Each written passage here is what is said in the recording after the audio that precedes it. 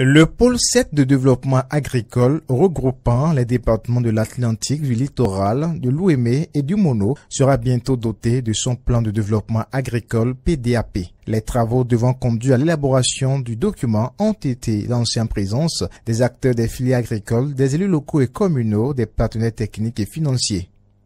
L'atelier de ce jour, qui s'inscrit dans la suite logique de celui organisé par le ministère de l'Agriculture, de l'Élevage et de la Pêche les 18 et 19 juin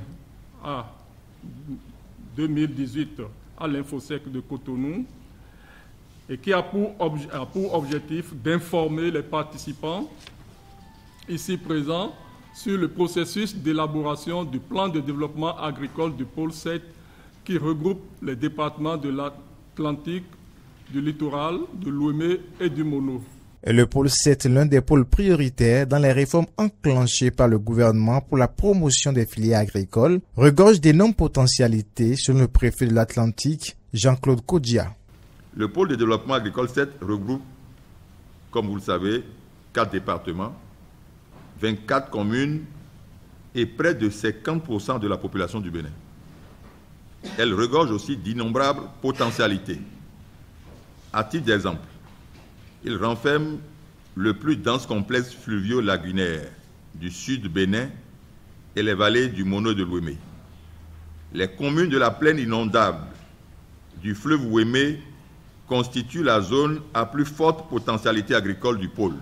Le maire Georges Bada, convaincu quant à lui de la nécessité de cet outil de développement, invite ses collègues des autres conseils communaux à accompagner et soutenir les dites réformes. Ce plan doit être désormais pour nous, dans les communes, une boussole pour opérationnaliser le volet agricole de nos plans de développement communal PDC. Pour terminer, nous les maires du pôle de développement agricole 7, nous vous réitérons et à travers vous, au président de la République et à tout son gouvernement, nos sincères gratitudes.